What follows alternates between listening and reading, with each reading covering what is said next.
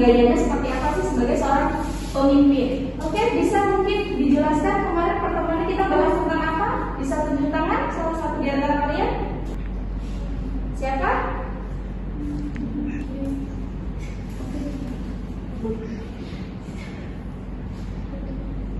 Atau saya tunjuk?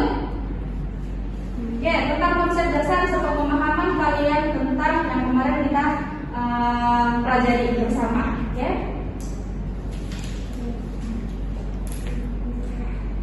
Anissa, tentang konsepnya, ya silakan jawab. Konsep dasar manajemen itu adalah suatu rancangan. Nah, tujuannya itu untuk merancang sesuatu apa yang diinginkan. Oke, merancang sesuatu yang diinginkan. Mungkin ada yang bisa menambahkan? Salah satunya merancang suatu organisasi atau perencanaan yang akan mendatang sebagai untuk mengelola di suatu ruangan. Materi kita kali ini tentang gaya kepemimpinan dalam manajemen keperawatan. Oke. Nah, sub CPMK kita hari ini yaitu mahasiswa mampu membedakan bagaimana teori, tipe kepemimpinan, peran dan fungsi manajemen keperawatan dalam pengelolaan manajemen asuhan keperawatan. Nah, di sini ada beberapa pengertian. Salah satunya adalah dari teori John Sterry, yaitu tentang kepemimpinan adalah kegiatan untuk mempengaruhi orang lain agar mau bekerja dengan sukarela untuk mencapai tujuan kelompok. Nah, jadi di sini kita sebagai seorang pemimpin itu harus bisa mempengaruhi orang lain untuk pengelolaan atau mengatur untuk bekerja sama dalam mencapai tujuan kelompok. Nah, kalau kita sebagai seorang pemimpin kan kita harus punya apa nih? Harus punya orang di bawahnya. Nah, siapa sih orang bawahan ini? Struktur bawahan yang bisa kita ajak kerjasama. Nah, kita akan pengaruhi, disuruh misalkan kerjasama antar untuk membagi tugas antara tugas kamu kemudian kapim. Kalau saya sebagai karu atau kalian sebagai kepala ruang, berarti kalian akan membagi tugas kalian kepada tim perawat pelaksana dan kapim. Apa tugasnya kapim dan apa tugasnya kepala perawat pelaksana? Nah, itu sudah ada. Nah, tapi kita juga bisa mengaruhi.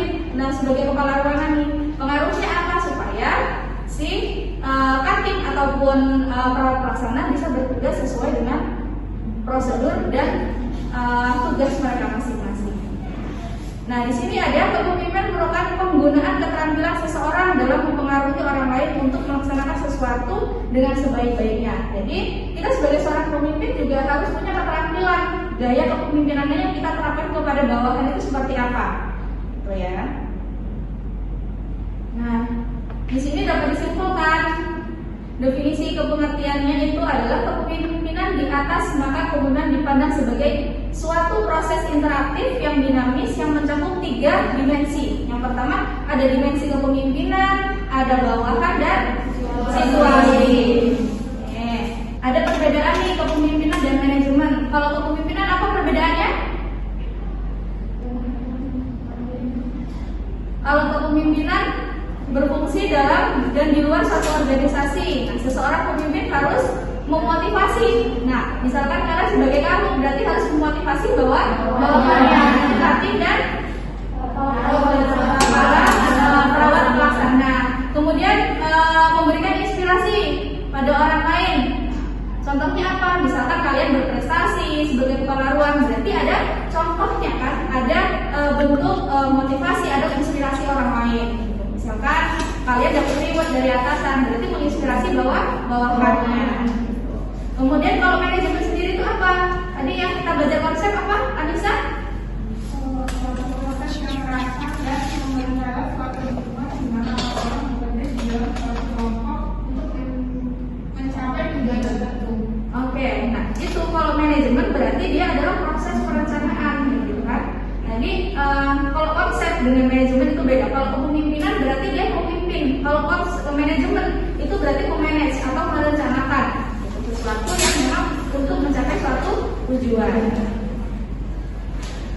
Oke, kita bisa putar video. tentang gaya kepemimpinan. Lagi simak ya videonya.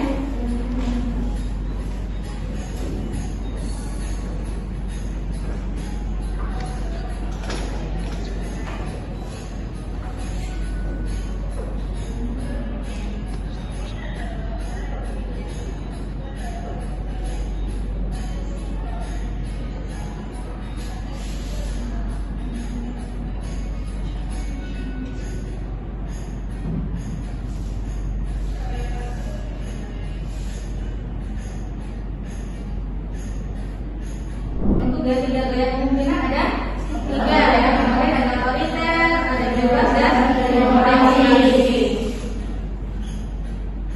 Nah, dilihat nih tentang otoriter itu seperti apa? Disimak videonya.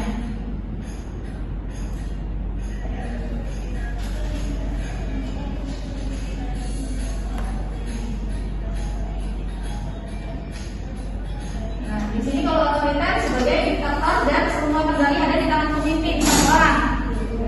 Itu otoriter. Ini ada contohnya tentang otoriter itu seperti apa. Ini bisa diibaratkan kalian dengan dosennya.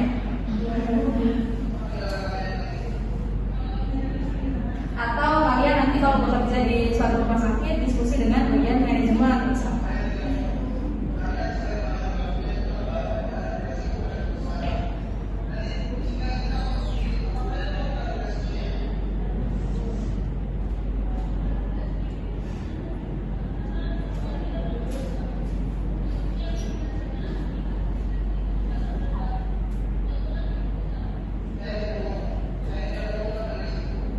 Di sini ada kata-kata yang memang dia otoriter ya.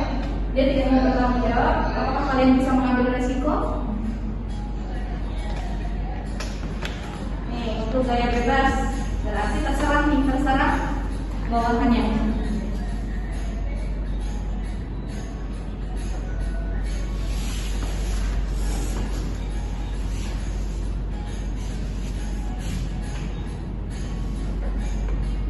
Memberikan kewenangan ke bawahan secara keseluruhan.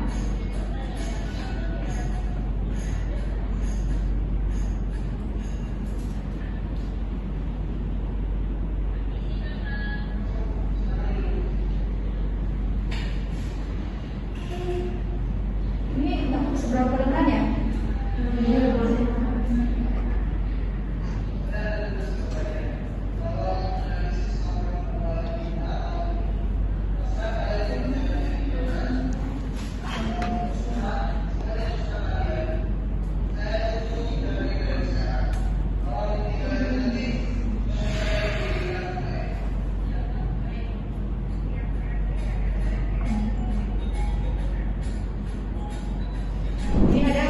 Biasanya meminta pendapat atau nasihat di bawahannya sebelum mencapai keputusan. Kalau bebas tadi kan diserahkan kepada bawahannya, kemudian kalau yang demokrasi berarti ada pendapat dari bawahannya atau masukan dari bawahannya sebelum mencapai puncak keputusan yang diterapkan. Nah, jadi di lingkup ini tuh ada diskusinya gitu. Jadi menurut kepala bawahan apa, menurut misalkan nih menurut Jenny apa, menurut Ulan apa, gitu, menurut Hanisa apa, gitu. Jadi ada timbal balik antara si bawahan dengan atasan.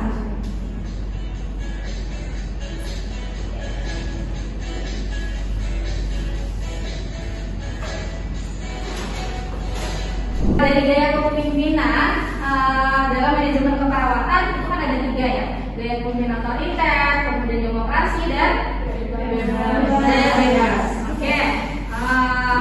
Untuk gaya kepemimpinan demokrasi, menurut pendapat dari Galih seperti apa? Sepengetahuan Galih. Demokrasi itu pemimpin dan anggota itu bekerjasama berdiskusi untuk menentukan apa tujuannya. Oke, untuk menentukan tujuan yang sama. Jadi ada diskusi antara atasan dan bawahan. Jadi menurut pendapat Galih itu adalah gaya kepemimpinan demokrasi itu adalah pemimpin dengan bawahan bekerja sama untuk mencapai tujuan yang sama. Jadi ada diskusi antara atasan dengan bawahan. Contohnya apa nih Galih? Contohnya kalau misalnya di rumah sakit itu, misalnya saya kepala ruangan, jadi saya kalau misalnya mau melakukan tindakan, saya akan berdiskusi dengan ketua tim dan perawat pelaksana supaya bisa menyatukan atau menyamakan tujuan. Oke, good. Dari materinya tadi ada yang bisa menjelaskan Pak tentang apa? Tunjuk tangan. Oke, Aulia silakan. Jadi gaya kepemimpinan itu ada 3. Yang pertama itu demokrasi, lalu otoriter, dan yang bertindak. Kalau yang otoriter itu pemimpinnya itu berkuasa kayak bebas bertindak. Kalau yang bawahannya itu tidak bebas bertindak. Lalu yang selanjutnya kalau demokrasi itu keputusan itu dibuat bersama pimpinan dan bawahan. Jadi mereka bersama-sama dalam membuat keputusan. Oke. Lalu selanjutnya kalau bebas tindak itu pimpinan itu melimpahkan wewenang sepenuhnya kepada bawahannya. Jadi bawahannya itu menentukan keputusan sendiri tanpa arahan dari si pemimpin ini. Oke, jadi ada 3: otoriter, demokrasi, dan bebas tindak. Nah, kalau demokrasi apa?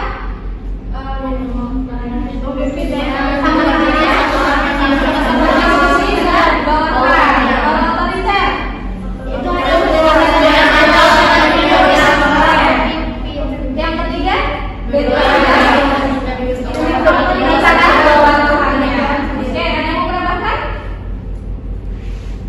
satu orang lagi yang menambahkan? Saya Bu. Oke, Ulan, silakan. Saya menambahkan manajemen. Manajemen itu untuk merencanakan sesuatu organisasi untuk mencapai tujuan. Sedangkan kepemimpinan itu kegiatan untuk mempengaruhi orang lain agar mau bekerja mencapai kelompok. Oke, jadi manajemen itu adalah merencanakan mencapai suatu tujuan. Kalau kepemimpinan berarti mengatur atau mempengaruhi orang lain. Oke, nanti kepus untuk pulang dan yang bisa menyimpulkan atau bisa menambahkan, jadi saya kasih poin ya untuk penilaiannya 10 poin. Kalian bisa membuat kelompok ya, nanti 3 kelompok, 1, 2, dan 3 silakan membentuk kelompok. Mulai dari sekarang. Untuk kalian kan sudah lihat ya video tentang gaya kepemimpinan ada 3 ya, otoriter, demokrasi, bebas. Oke, nah nanti kalian di sini akan ada saya kasih tugas tentang per masing-masing orang, gitu. Masing-masing individu tentang caranya menganalisis jurnal. Jadi kalian cari jurnal tentang gaya kepemimpinan. Boleh jurnal dari luar, boleh jurnal dari dalam negeri. Nah itu kalian nanti analisis. Nah di sini saya akan mencontohkan untuk penugasannya. Di sini contohnya nih untuk manajemen keperawatan. Nah di sini ada telaah jurnal hubungan gaya kepemimpinan kepala ruangan dengan tingkat stres kerja perawat di ruang rawat inap. Jurnal ini nanti kalian tuliskan judulnya apa, jurnalnya, boleh masing-masing beda, yang penting tentang gaya kepemimpinan. Kemudian nanti analisisnya, ada telah jurnalnya, ada pendahuluannya apa, isinya apa, kemudian ada identitas jurnal, punya siapa sih jurnalnya, kemudian penulisnya siapa, kemudian ada deskripsi konten, ada abstraknya, ada masalah, ada tujuan, ada metode penelitiannya, metodenya berarti masuk dalam populasi penelitian, kemudian ada sampelnya, kemudian ada persetujuan etis. Kalian kan nanti kalau penelitian harus ada etik ya, itu dimasukkan. Kemudian prosedurnya apa, ya, sampai dengan hasil atau penelitian, kemudian ada diskusinya, ada kolaborasinya, kesimpulan plus referensi. Jadi nanti kalian buat analisis. Boleh 1 jurnal atau 2 jurnal untuk analisis kalian. Oke, dari penugasan ini ada yang bisa ditanyakan? Oke, cukup. Berarti paham ya terkait dengan analisis jurnal, pokok-pokoknya apa saja. Nanti Ibu share tentang tugasnya. Nanti bisa di-download di website ya, website saya. Kemudian nanti bisa diambil untuk contoh. Oke, untuk kelompok 1, apakah ada kesulitan terkait dengan materi yang sudah dibahas di kelompok? Oke, tidak ada. Semangat. Oke, kelompok 2, ada kesulitan untuk mencari jurnalnya atau referensi?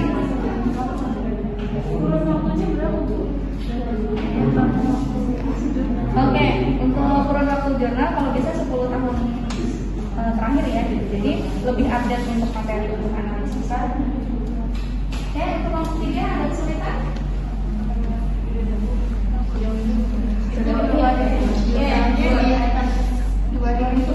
Oke, tahap terakhir ya. Oke, silakan dianalisis. Oke, kira-kira untuk kelompok mana nih yang mau maju duluan? 1, 2, 3. Silakan tunjuk tangan. Oke, kelompok kedua ya. Oke, silakan maju dulu ke kelompok kedua. Nanti silakan audiennya kelompok 1 dan 3 memberikan pertanyaan kepada kelompok 2. Oke, silakan maju Jenny ya.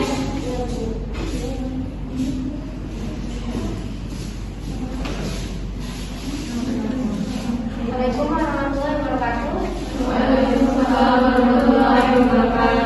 Saya perwakilan dari kelompok 2 tentang gaya kepemimpinan demokratis. Gaya kepemimpinan demokratis ialah merupakan kemampuan untuk mempengaruhi orang lain agar bersedia bekerja sama untuk mencapai tujuan yang ditetapkan dengan cara berbagai kegiatan yang akan dilakukan ditentukan bersama-sama. Adapun ciri-ciri kepemimpinan gaya demokratis ini, yang pertama, wewenang pimpinan tidak mutlak. Kemudian pimpinan bersedia melimpahkan sebagian wewenang kepada bawahan. Lalu keputusan dibuat bersama antara pimpinan dan bawahan. Dan yang terakhir, kebijaksanaan dibuat bersama antara pimpinan dan bawahan.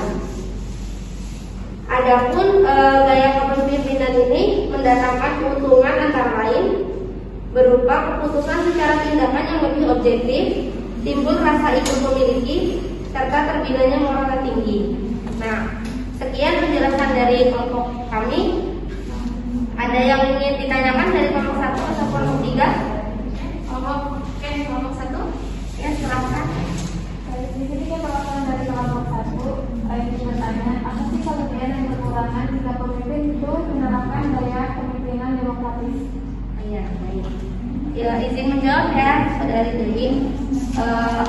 Menurut saya dari penjelasan yang sudah ada itu, kelebihan dari gaya kepemimpinan ini yang pertama, karyawan itu tidak merasa tertekan atau bawahan tidak merasa tertekan akan perintah atau keputusan yang diambil oleh pimpinannya. Kemudian yang kedua, karena sistemnya itu mengambil keputusan berdasarkan kemampuan bawahan, jadi pimpinan itu tuh tahu loh potensi apa yang ada di dalam diri bawahannya.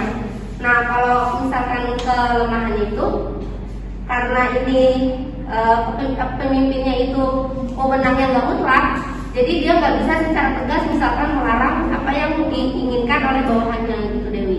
Cukup? Ya, baik. Terima kasih, Dewi. Oke, silakan. Oke, mungkin cukup sekian materi yang bisa Ibu sampaikan tentang gaya kepemimpinan dalam manajemen keperawatan. Oke, ada yang ditanyakan?